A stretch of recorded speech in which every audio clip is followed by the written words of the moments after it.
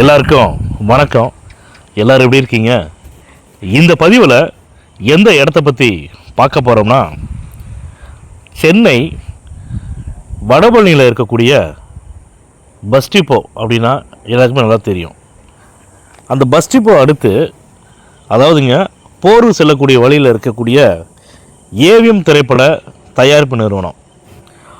அந்த ஏவிஎம் திரைப்பட தயாரிப்பு நிறுவனத்திலிருந்து போரூர் செல்லக்கூடிய வழியில், அதாவது ஆர்காட் ரோடு மெயின் ரோட்டில் இருக்கக்கூடிய மெகா மார்ட்டு, ஆழ்வார் திருநகரில் இருக்கக்கூடிய மெகா மார்ட் அப்படின்னா கண்டிப்பாக எல்லாத்துக்குமே தெரியுங்க.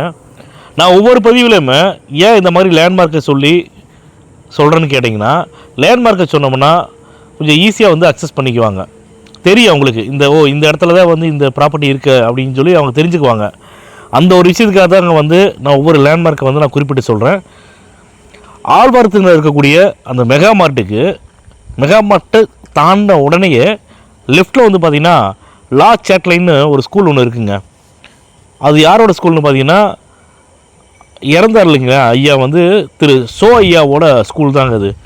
அது ஸ்கூலுக்கு நேர் அப்படியே ஆப்போசிட்டில் நேர் ஸ்ட்ரீட்னு ஒரு தெரு இருக்குங்க.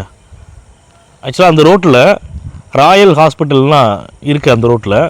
அந்த ரோடு நேராக நம்ம போனோம்னா ஒரு 4 ரோடு மாதிரி ஜங்ஷன் வரும். அந்த ஜங்ஷனை தாண்டின உடனேயே ஒரு 4 வீடு தள்ளி லெஃப்ட் ஹேண்ட் சைடில் ஒரு அருமையான டெமாலிஷ் பண்ணக்கூடிய வீட்டோட ஒரு இடம் விற்பனைக்கு வந்திருக்குதுங்க.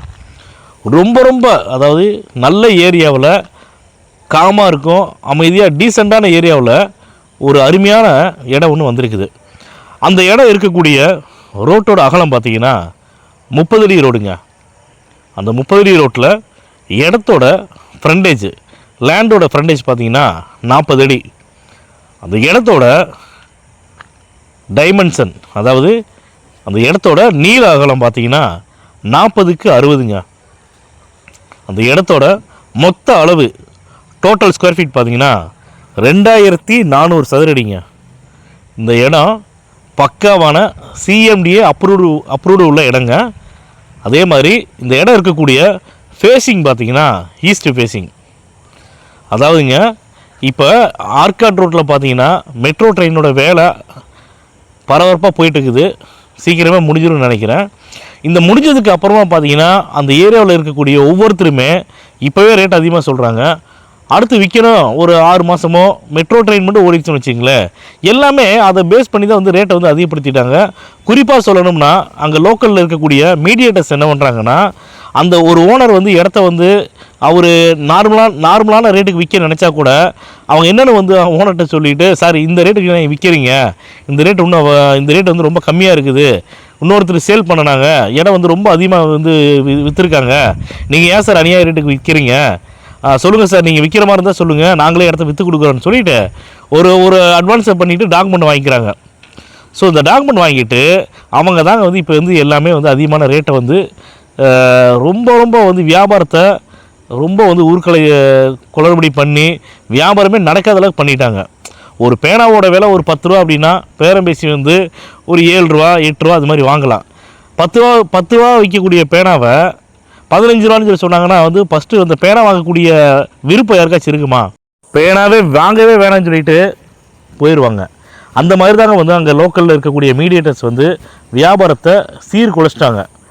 அதே மாதிரி நம்மளோட யூடியூப் சேனலில் பார்த்தீங்கன்னா, நான் ஏன் பவர் ஹோல்டரோட இடத்தையோ அக்ரிமெண்ட் ஹோல்டரோட இடத்த ஏன் நான் பதிவில் போடுறது இல்லைன்னா, ஏற்கனவே லேண்ட் ஓனர்ஸே அதிகமான ரேட்டு சொல்கிறாங்க.